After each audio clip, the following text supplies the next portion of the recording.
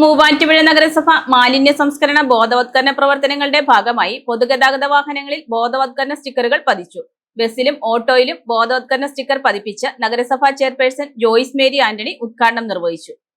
മൂവാറ്റുപുഴ നഗരസഭ മാലിന്യ സംസ്കരണ ബോധവൽക്കരണ പ്രവർത്തനങ്ങളുടെ ഭാഗമായി ഖരമാലിന്യ പരിപാലന പദ്ധതിയുടെ സഹകരണത്തോടെ നഗരസഭയിലെ പൊതുഗതാഗത വാഹനങ്ങളിൽ പതിപ്പിക്കുവാനുള്ള ബോധവൽക്കരണ സ്റ്റിക്കറുകൾ നഗരസഭ വിതരണം ചെയ്തു.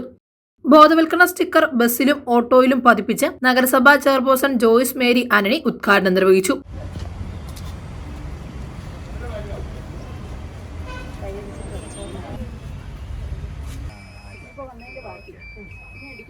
ഇത് നാളെയുടെയും കൂടി നഗരമാണ്, മലിനമാക്കാതെ ഇന്നെ സഹകരിക്കുക എന്ന നഗരസഭയുടെ സന്ദേശം ജനങ്ങളിലേക്ക് എത്തിക്കുന്നതിനും മാലിന്യമുക്ത മൂവാറ്റുപുഴ എന്ന ലക്ഷ്യം സാക്ഷാത്കരിക്കുന്നതിനും ഈ പദ്ധതി കൂടുതൽ പ്രയോജനപ്പെടുമെന്ന് നഗരസഭാ ചെയർപേഴ്സൺ പറഞ്ഞു.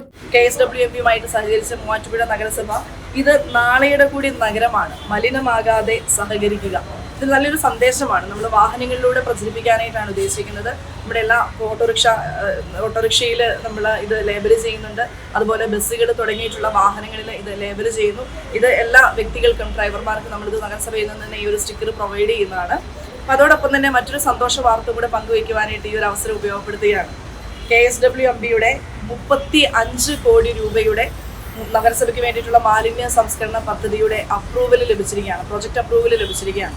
ഈ 35 കോടി രൂപയുടെ ഒരു പദ്ധതി ഇവിടെ നടപ്പിലാക്കാൻ കഴിഞ്ഞിട്ടുണ്ടെങ്കിൽ തീർച്ചയായിട്ടും മൂവാറ്റുപുഴ നഗരസഭയെ പൂർണ്ണമായും മാലിന്യമുക്ത നഗരസഭയാക്കി മാറ്റി മറ്റ് നഗരസഭകൾക്ക് മാതൃകയാക്കുന്ന രീതിയിലേക്ക് ഉയർത്തിക്കൊണ്ടുവരാൻ പറ്റുമെന്നുള്ളതിൽ യാതൊരു സംശയവുമില്ല.